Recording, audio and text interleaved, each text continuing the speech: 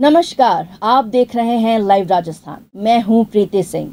उदयपुर संभाग की खबरों से अपडेटेड रहने के लिए लाइव राजस्थान न्यूज़ को सब्सक्राइब करें और बेल आइकन जरूर दबाएं। खबरों का सिलसिला शुरू करने से पहले नजर डालते हैं आज की हेडलाइंस पर।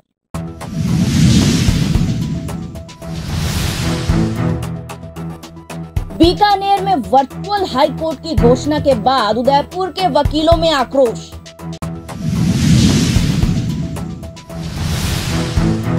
छात्र संघ चुनाव पर रोक से जुड़ी याचिका को हाई कोर्ट ने किया खारिज।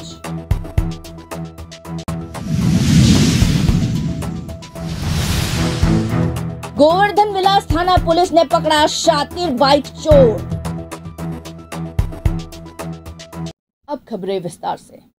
केंद्रीय विधि मंत्री अर्जुन राम मेघवाल के उस बयान का उदयपुर में जोरदार विरोध हो रहा है जिसमें उन्होंने बीकानेर में वर्चुअल हाई कोर्ट बेंच की स्थापना की बात कही। उदयपुर के अधिवक्ता बरसों से हाई कोर्ट बेंच की मांग को लेकर आंदोलन कर रहे हैं। ऐसे में उन्हें यह बात न सिर्फ नागवार गुजरी बल्कि उनमें जबरदस्त आक्रोश भी है।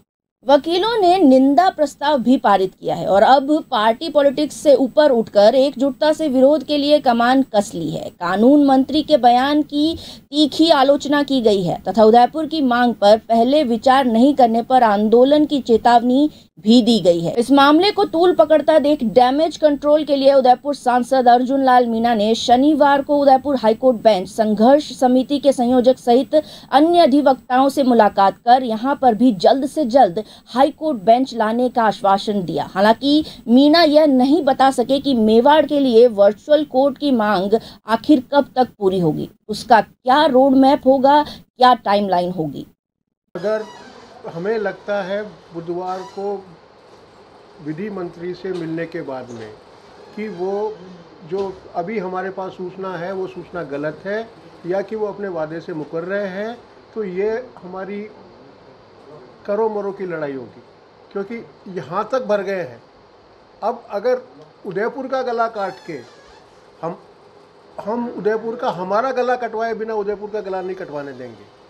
उदयपुर के राइट को हम किसी भी कीमत पर किसी भी कॉस्ट पर उदयपुर में हाई कोर्ट का जो राइट है उसको किसी भी कॉस्ट पर नहीं जाने देंगे, क्योंकि बीकानेर जोधपुर के लोगों ने हमारे रिटेलिएशन में खड़ा किया। 2009 में जब हमने आंदोलन किया और हम बिल्कुल करीब पहुंच गए थे, हाई कोर्ट के फाइलें बनना शुरू हो गई थी। ऐसा षड्यंत्र उन लोगों ने, जोधपुर के लोगों ने किया कि जोधपुर बीकानेर को खड़ा किया, कोटा को खड़ा किया और हमें डैमेज करने के लिए अगर ये इस कदर जाते हैं तो बहुत आर पार की लड़ाई होगी। पानी खूब बहेगा और खून भी बहेगा। ये अब यहाँ जनता बर्दाश्त नहीं करेगी। सुबह से सैकड़ों लोगों के फ़ोन आए, जिसने भी सुना उसने कहा ये क्या हो गया, ये क्या हो गया। अब आम बात है, 40 साल से हम थोड़ी लड़ रहे हैं, इस इलाके का हर आदमी लड़ रहा है यार।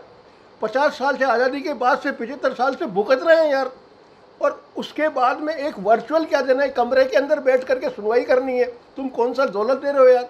अगर वो भी तुम बीकानेर को पहले दे दोगे या बीकानेर को दे दोगे, हमको नहीं दोगे, तो हम जिंदा नहीं रहेंगे, मर जाएंगे, आत्महत्या कर लेंगे।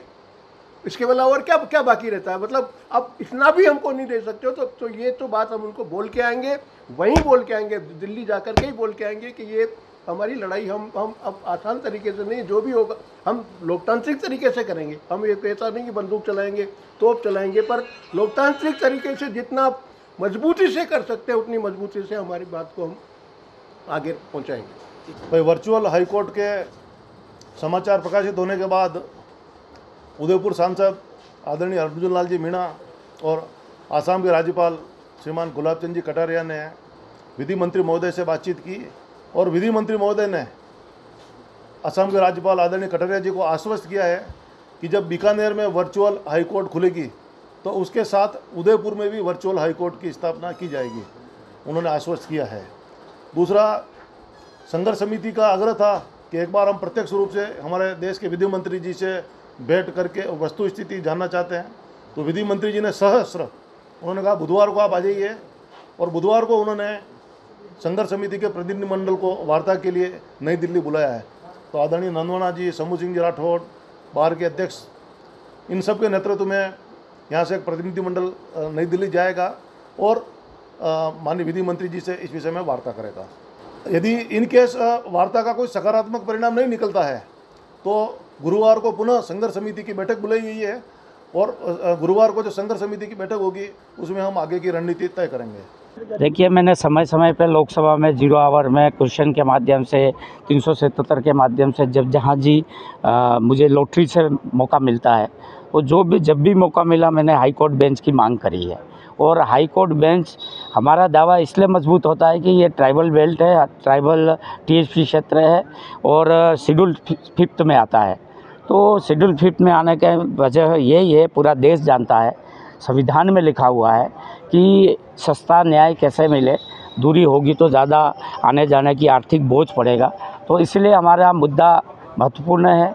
न्याय के माध्यम से देखा जाए तो हमें सबसे पहला मिलना चाहिए और पहले मिलेगा, ये मैं आपके सामने कहना चाहता हूँ। मिलेगा, लेकिन वहाँ तो घोषणा हो चुकी है। नहीं, घोषणा अभी कई बार आपको देखा, घोषणाएं बहुत हो जाती है, वो धरातल पे नहीं आती है। तो अभी होने दो, हम बहुत जल्दी उनसे मिल रहे हैं। छात्र संघ चुनाव पर रोक के अशोक गहलोत सरकार के फैसले के विरोध में हाई कोर्ट में दायर जनहित याचिका को याचिकाकर्ता की ओर से याचिका वापस लेने पर कोर्ट ने खारिज कर दिया है। आपको बता दें, मुख्य न्यायाधीश AG मसीह की खंडपीठ ने आदेश दिए। चुनाव नहीं करवाने पर शांतनु पारिक की ओर से याचिका लगाई थी। राज्य सरकार ने 12 अगस्त को छात्र संघ चुनाव नहीं करने का निर्णय लिया था। उसके बाद से कई शहरों में लगातार छात्र संगठनों की ओर से धरना और प्रदर्शन के दौर चल रहे हैं। भाजपा, RLD सहित अन्य दल इसके एक चुनावी मुद्दे के तौर पर भी देख रहे हैं और कई बड़े नेताओं के बयान भी आ रहे हैं। खेरवाड़ा और पहाड़ा थाना पुलिस से राहगीरों से लूट की वारदात को अंजाम देने के मामले में चौंकाने वाला खुलासा किया है। पुलिस ने लूट की वारदात को अंजाम देने वाले बाल अपचारियों की गैंग को पकड़ा है। पुलिस ने गैंग के 6 बाल अपचारी सदस्यों को डिटेन किया है। दरअसल बीते कुछ दिनों से ऋषभदेव क्षेत्र में लगातार राहगीरों के साथ लूट की वारदातों को अंजाम दिया जा रहा था। खेरवाड़ा और पहाड़ा थाना पुलिस की संयुक्त टीम का गठन किया गया। पुलिस की टीम ने तकनीकी अनुसंधान और मुखबिर की सूचना के आधार पर संदिग्धों को पकड़ा व उनके कब्जे से लूट का मोबाइल, 5,000 रुपए कैश और बाइक सहित अन्य सामान बरामद किया। बाल अपचारियों ने बीते 2 माह में लूट की 11 वारदातों को अंजाम देना कबूल किया। बाल अपचारी राहगीरों को रोककर उनके ऊपर अचानक लठ से हमला करते और घायल कर देते। उसके बाद उनसे मोबाइल, नकदी और अन्य सामान लूटकर फरार हो जाते। शहर में वाहन चोरी की घटनाओं में अचानक इजाफा हो गया है। लगभग हर रोज वाहन चोरी हो रहे हैं व इनसे कई चोर CCTV में भी दिखाई दे रहे हैं। तो दूसरी तरफ पुलिस भी मुस्तैदी से कार्रवाई करते हुए तुरंत अनुसंधान कर चोरों की धरपकड़ कर रही है। गोवर्धन विलास थाना पुलिस ने एक शातिर बाइक चोर को पकड़ने में कामयाबी हासिल की। चुंगी नाके से कुछ दिनों पूर्व ही बाइक चोरी हुई थी। बाइक मालिक सामान खरीदने गया था, पीछे से उसकी बाइक चोरी हो गई। थानाधिकारी राव अजय सिंह व टीम ने अभियुक्त लालू राम पुत्र सोहन लाल निवासी पीपली मेंडला फला प्रसाद को गिरफ्तार कर चोरी की गई मोटरसाइकिल को बरामद किया। इस मामले में अन्य और भी खुलासे होने की उम्मीद जताई जा रही है। उदयपुर जिले में पट्टों की समस्या, बेरोजगारी व महंगाई को लेकर आज उदयपुर जिला कलेक्ट्रेट पर CPI द्वारा प्रदर्शन किया गया। इस दौरान केंद्र और राज्य सरकार के खिलाफ नारेबाजी की गई और विभिन्न मांगों को लेकर ज्ञापन सौंपा गया। CPI के जिला सचिव सुभाष श्रीमाली ने बताया कि कमर तोड़ महंगाई से सभी परेशान हैं। किसान और आम जनता को नियमित बिजली नहीं मिल रही है। और आज जो है भिन्न मांगों को लेकर के मेवाड़ और किसानों की जो मांगे हैं उसके संदर्भ में हम आज रैली आयोजित की जा रही है।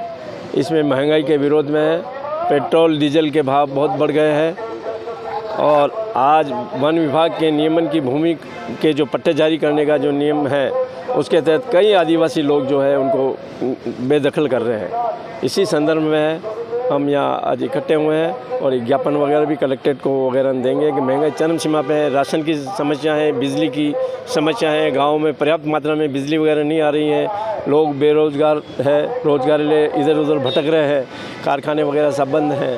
ऐसी स्थिति में हम संपूर्ण है किसानों को समस्याओं को लेकर के, मजदूरों की समस्याओं को लेकर के, आदिवासियों की समस्याओं को लेकर के हम यहाँ इकट्ठे हुए हैं और ज्ञापन वगैरह देंगे।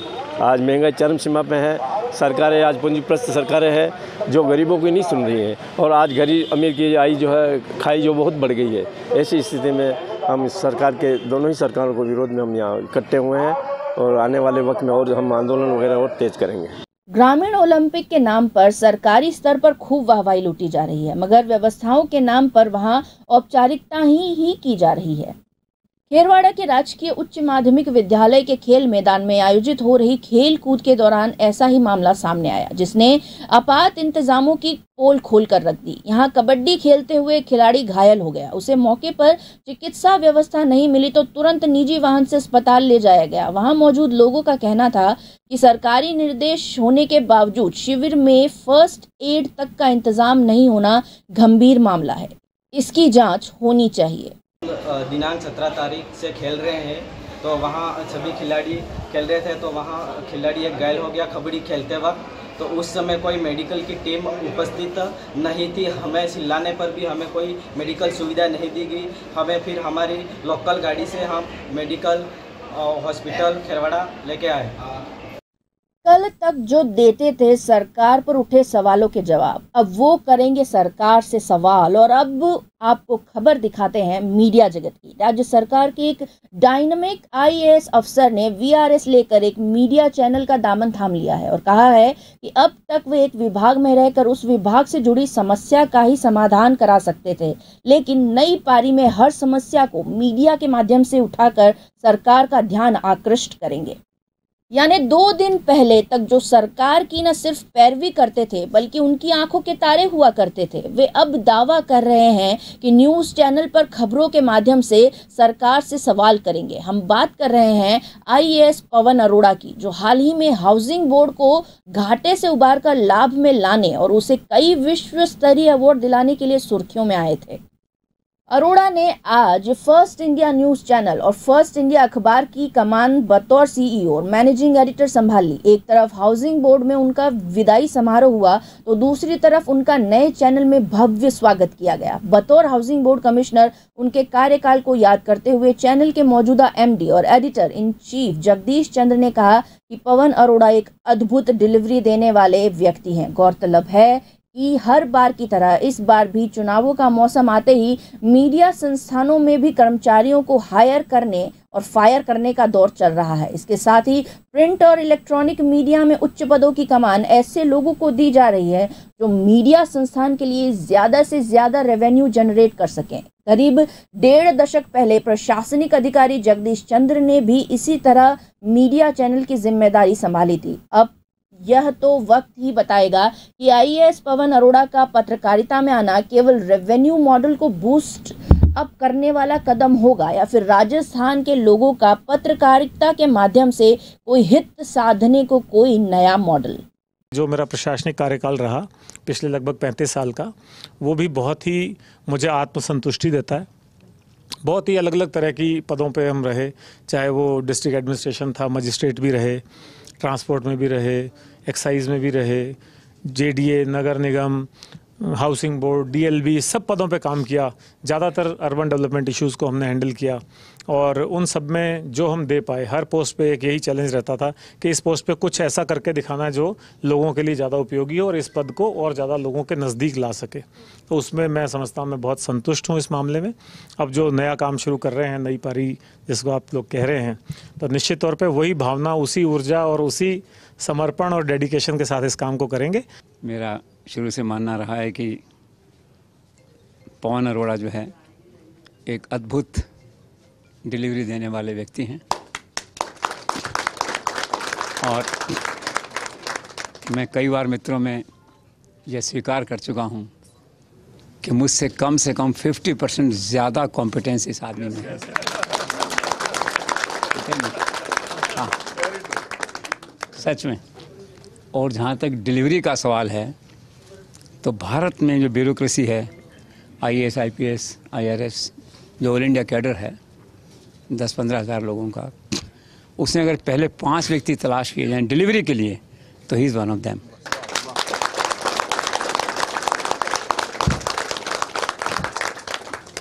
लेक सिटी में लंबे समय बाद झमाझम बारिश। लेक सिटी उदयपुर में लंबे अंतराल के बाद आखिर मॉनसूनी बादलों ने एक बार फिर से जी भरकर पानी बरसाया और राहगीरों को जमकर भिगोया। सुबह तेज गर्मी से लोग पसीने से तरबतर हो रहे थे, मगर दोपहर बाद बारिश से तरबतर हो गए। एक बार फिर से रेनकोट और छाते निकल आए। दोपहर बाद शहर के कई इलाकों में झमाझम की झड़ी लगी जो देर शाम तक जारी थी। दोपहर में हालत यह थी कि पहले हिरणमगरी, उसके बाद बाहरी शहर, तो उसके बाद अंदरूनी शहर से बारिश की खबरें आई तो शाम को पूरे शहर में एक साथ बारिश हुई। मौसम विभाग के अनुसार मॉनसूनी बादलों की टोलियां 1-2 दिन इसी प्रकार से रिमझिम पानी बरसाएगी। बारिश के इस दौर से जहां फसलों को नया जीवन मिल गया है तो दूसरी ओर उदयपुर शहर के पर्यटन स्थलों पर भी बहार आ गई है। बारिश से संडे को नदी नालों और टूरिस्ट पॉइंट पर बड़ी संख्या में लोगों के पहुंचने की उम्मीद की जा रही है। खजुराहो उदयपुर इंटरसिटी ट्रेन के इंजन में सिथौली के पास आग लग गई जिससे अफरा तफरी मच गई। बाद में आपात दस्ते ने आग बुझाई और दूसरा इंजन लगाकर रेलगाड़ी को रवाना किया। ट्रेन के इंजन से धुआं निकलते ही अफरा तफरी मच गई। ट्रेन को सिथौली स्टेशन पर रोक दिया गया। अधिकारियों ने बताया कि तकनीकी कारणों से आग लगी। रेलवे सूत्रों ने बताया कि 19,666 उदयपुर खजुराहो एक्सप्रेस तय समय पर शुक्रवार को 10:15 बजे खजुराहो के लिए रवाना हुई थी। यह रेलगाड़ी 21 मिनट की देरी से 19 अगस्त दोपहर 12:35 बजे ग्वालियर आई व यहां से 9 किलोमीटर आगे गई। तभी सिथौली के पास इंजन में आग लग गई। बाद में ट्रेन को दूसरा इंजन लगाकर शाम 4 बजे रवाना किया गया। इसी के साथ अब वक्त पूरा होता है खबरों का। बने रहिए हमारे साथ। नमस्कार।